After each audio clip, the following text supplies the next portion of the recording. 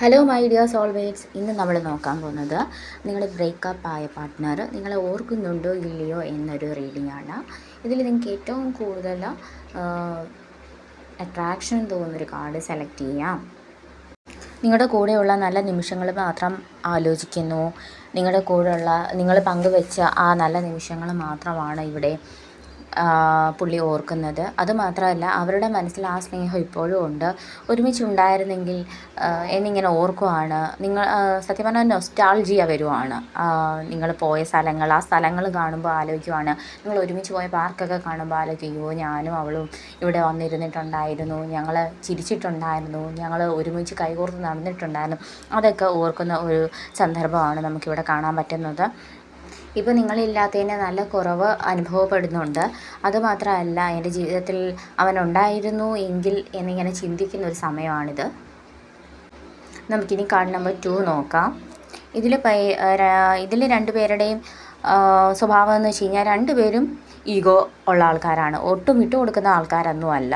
അതുമാത്രമല്ല, തേർഡ് പാർട്ടിക്ക് വളരെ അധികം ഇമ്പോർട്ടൻസ് കൊടുക്കുന്നത്. ഫ്രണ്ട്സ് പറയുന്ന മാത്രമേ ഞാൻ കേൾക്കത്തുള്ളൂ, അല്ലെങ്കിൽ ഞാൻ ഫാമിലി പറയുന്ന ആൾക്കാർ മാത്രമേ കേൾക്കത്തുള്ളൂ. അങ്ങനെയാണ് നിങ്ങൾ കൂടുതലും ഇത് സെപ്പറേറ്റ് ആയി പോകാനുള്ള പ്രധാന കാരണം. അങ്ങനെയാണ്. തേർഡ് പാർട്ടിയുടെ നല്ലൊരു ഇൻവോൾവ്മെൻ്റ് ഉണ്ട്. അതുമാത്രമല്ല, ഈഗോ, വഴക്ക്, എപ്പോഴും അടിയും വഴക്കും വാശിയും ഉള്ളൊരു എന്താ പറയുന്നത്, ഒരു യുദ്ധഭൂമി തന്നെയായിരുന്നു. ഒരു കുരുക്ഷേത്ര യുദ്ധം പോലെയായിരുന്നു നിങ്ങളുടെ ഒരു റിലേഷൻഷിപ്പ്. പിന്നെ അതങ്ങനെ ബ്രേക്കപ്പായി. അതുകൊണ്ട് തന്നെ രണ്ടുപേർക്കും അങ്ങോട്ടും ഇങ്ങോട്ടും പരസ്പരം മുറിവേറ്റിട്ടുണ്ട്. അതാണ്, മുറിവുകൾ പറ്റിയിട്ടുണ്ട്.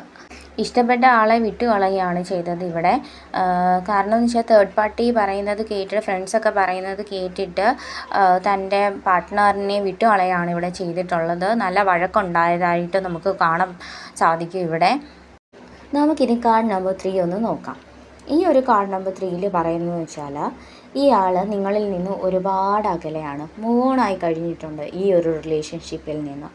ഈ ഒരു റിലേഷൻഷിപ്പിൽ നിന്ന് അവർക്കൊരു സുഖമോ സമാധാനമോ ഒന്നും കിട്ടുന്നില്ല എന്ന് മനസ്സിലാക്കി തന്നെയാണ് പോയിട്ടുള്ളത്. അതുമാത്രമല്ല, ഇനി പുള്ളി തിരിച്ചു വരത്തില്ല.